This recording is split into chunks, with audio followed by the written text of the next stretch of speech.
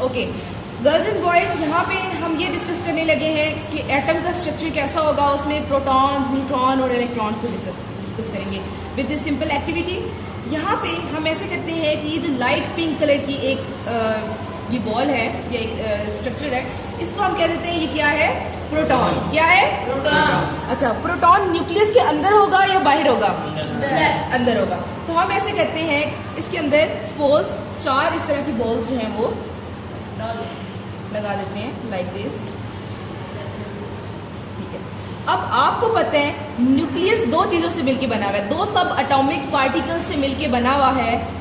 वो कौन कौन से हैं? दोबारा से न्यूट्रॉन। तो हम इस तरह करते हैं कि ये जो वाइट स्ट्रक्चर है हमारे पास, इस वाइट स्ट्रक्चर को हम कह देते हैं ये न्यूट्रॉन है। क्या है? न्यूट्रॉन को रिप्रेजेंट कर रहा है। ठीक है, इसी तरह हम यहाँ पे ऐसे करती हूँ, मैं यहाँ कुछ वाइट बॉल्स ऐड कर देती हूँ, दैट इज रिप्रेजेंटिंग न्यूट्रॉन्स को रिप्रेजेंट कर रही है। ये वाइट बॉल किसको रिप्रेजेंट कर रही है? और ये लाइट पिंक बॉल्स प्रोटॉन्स को। अब मैं कुछ रेड बॉल्स ले लेती हूँ और इनको मैं यहाँ ऑर्बिट में, इन ऑर्बिट्स में, इन सर्कुलर शेल्स को क्या कहते हैं? ऑर्बिट। क्या कहते हैं?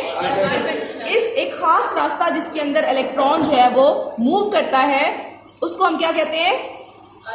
ऑर्बिट्स कहते हैं। ठीक है, इस ऑर्बिट के अंदर क्या रिवॉल्व कर रहे होते हैं? इलेक्ट्रॉन्स। ये जो रेड कलर की बॉल्स हैं, इसको मैं रिप्रेजेंट कर देती हूँ इलेक्ट्रॉन। किससे रिप्रेजेंट कर देती हूँ? इलेक्ट्रॉन से। ठीक है, अगर आप इसको गौर से देखें तो इसके अंदर प्रोटॉन की तादाद कितनी है?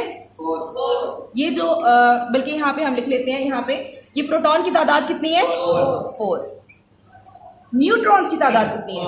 व्हाइट बॉल्स कितनी है? 4। इसके अलावा इसमें इलेक्ट्रॉन्स की तादाद कितनी है? 4। आपने एक चीज नोट की है, यहाँ पे इन तीनों की तादाद बिल्कुल सेम है, लेकिन यहाँ पे आपने एक बात याद रखना है कि ये जो प्रोटॉन्स होते हैं और ये जो इलेक्ट्रॉन्स होते हैं, इनकी तादाद हमेशा एक एटम में सेम होगी। क्या होगा? यानी यहाँ पे प्रोटॉन्स और जो न्यूट्रॉन्स हैं, सॉरी इलेक्ट्रॉन्स हैं, ये क्या होंगे? हमेशा सेम होंगे। क्या होंगे? सेम होंगे। यानी इनको और इनको हमेशा सेम है। न्यूट्रॉन की तादाद डिफरेंट हो सकती है। अब यहाँ पे मैं आपको एटॉमिक मैस का कॉन्सेप्ट देती हूँ। एटॉमिक मैस क्या होता है? आपको पता है कि न्यूक्लियस जो है वो एक ऐसी चीज है, एटम की एक ऐसी जगह है जहां पे ज्यादा से ज्यादा उसका वजन होता है। ठीक है, most of the mass of an atom lies at the centre, at its centre, that is called as nucleus. ये गाड़ी सी जगह होती है, आप देख लें, बाकी इलेक्ट्रॉन्स कहीं दूर दूर है, फैले हुए हैं, लेकिन इस जगह पे चीजें इकट्ठी हुई है। ऐसा ही है ना? अब इस गाड़ी जगह पे एटम का सबसे ज्यादा मैस लाई करो। ठीक है, तो आप देखिए इसमें 2 चीजें हैं। कौन कौन सी 2 चीजें हैं? इलेक्ट्रॉन है यहाँ पे, प्रोटॉन एंड न्यूट्रॉन। सोच समझ की बात है। क्या है? Proton and neutron. प्रोटॉन और प्रोटॉन प्लस न्यूट्रॉन है।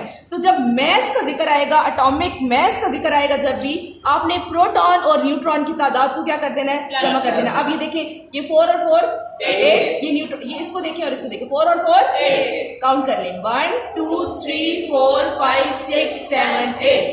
ठीक है, तो ये कितना हुआ इसका एटॉमिक मैस? सॉरी, कितना हुआ? 8। अब अगर हम बात करें एटॉमिक नंबर की, किसकी बात करें? एटॉमिक नंबर होता है प्रोटॉन की तादाद या इलेक्ट्रॉन की तादाद। ना आपने इनको प्लस करना है ना मल्टीप्लाई करना है, दोनों में से एक चीज को लिख देना है। ठीक है, अगर आप इलेक्ट्रॉन्स की तादाद गिने जरा, 1 2 3 4 इलेक्ट्रॉन्स हैं। हमने कहा इलेक्ट्रॉन प्रोटॉन बराबर होंगे, तो प्रोटॉन कितने हैं? 1 2 3 4। तो ये कितना हुआ? 4। तो आपने ना प्लस करना है ना माइनस करना है। एटॉमिक नंबर किसी एटम की पहचान होती है, और वो हर एटम का एटॉमिक नंबर क्या होता है? दूसरे से डिफरेंट होता है। क्या होता है? डिफरेंट होता है। हमेशा एटॉमिक, एक जो एटम की पहचान है वो क्या है? उसका एटॉमिक नंबर है। एक एटम का एटॉमिक नंबर दूसरे एटॉमिक नंबर से डिफरेंट होगा। मैम एटॉमिक मैसेज सेम हो सकते हैं? एटॉमिक मैसेज समहाउ सेम हो सकते हैं। जब हम आइसोटोप्स को स्टडी करते हैं तो उस केसेस में हो सकता है कि ऑक्सीजन का जो वजन है वो कार्बन की इक्वल हो जाए, तो वो हो सकते हैं, लेकिन atomic number could never be same, कभी सेम नहीं हो सकते। स्टॉप।